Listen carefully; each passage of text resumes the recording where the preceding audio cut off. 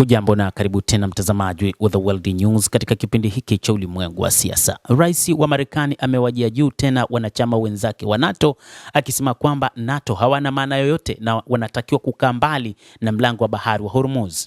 Rais huyo wa Marekani aliwakashifu tena wanachama wenzake katika kambi ya kijeshi ya NATO kwa kutoisaidia Washington wakati wa vita dhidi ya Iran. Rais huyo wa Marekani ameikashifu NATO akisisitiza kwamba hahitaji msaada wao katika mlango wa bahari wa Hormuz na kusema kuwa kambi hiyo ya kijeshi haikuwa na maana inapohitajika wakati wa vita dhidi ya Iran. Alisema zaidi kwamba kufunguliwa kwa Hormuz hakutawahusu nchi za NATO kwa sababu hawakutaka kutoa ushirikiano dhidi ya Iran na kufunguliwa kwa Hormuz. Waziri wa mambo ya nje Abbas Araghchi alitangaza siku ya jana Ijumaa alasiri kwamba ukanda muhimu wa usafirishaji wa mafuta na gesi ulikuwa wazi kabisa kwa meli zote za kibiashara kwa muda uliosalia wa usitishaji wa vita wa Israel na Lebanon unaotarajiwa kumalizika wiki ijayo. Saa moja tu baadaye, Trump aliingia kwenye mtandao wake wa Truth Social na kuthibitisha kwamba mlango wa Hormuz ulikuwa wazi kwa traffic, baadaye akidai kwamba Tehran imekubali kutoifunga tena. Vilevile amesisitiza kuwa mzingiro wa kikanda wa Marekani dhidi ya meli za Iran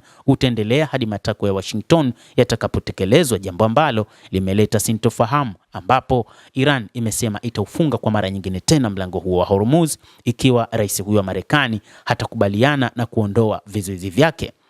Trump kwa wiki kadhaa amekuwa akiwashutumu washirika wake wa NATO wa Ulaya kwa kutojiunga na vita dhidi ya Iran baada ya nchi hiyo kuzuia vilivyo njia za meli kuelekea katika mlango wa bahari wa Hormuz kwa kile alichokiita mataifa yaliyokuwa na chuki. Rais huyo wa Marekani alidokeza kwamba Marekani inaweza kuondoka katika kambi hiyo ya kijeshi ya NATO kutokana na kwamba NATO hawana msaada wowote kwa Marekani isipokuwa ni Marekani inayotoa msaada mkubwa kwa nchi hizo wanachama wa NATO. Mwanachama wa NATO Ufaransa, ambaye alipeleka shehena yake kuu ya ndege na meli kadhaa za kivita Mashariki ya Kati wakati wa mzozo huo, iliitisha mkutano wa viongozi wa Ulaya huko Paris mnamo Ijumaa kujadili hali ya kufunguliwa kwa Hormuz.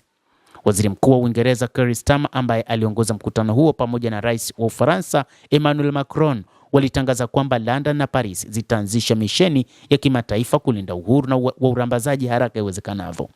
Trump tayari amemshutumu Starmer kwa kuwa rafiki wa hali ya hewa mapema katika mzozo wa Iran, akizungumza kwamba ni mtu anayebadilika.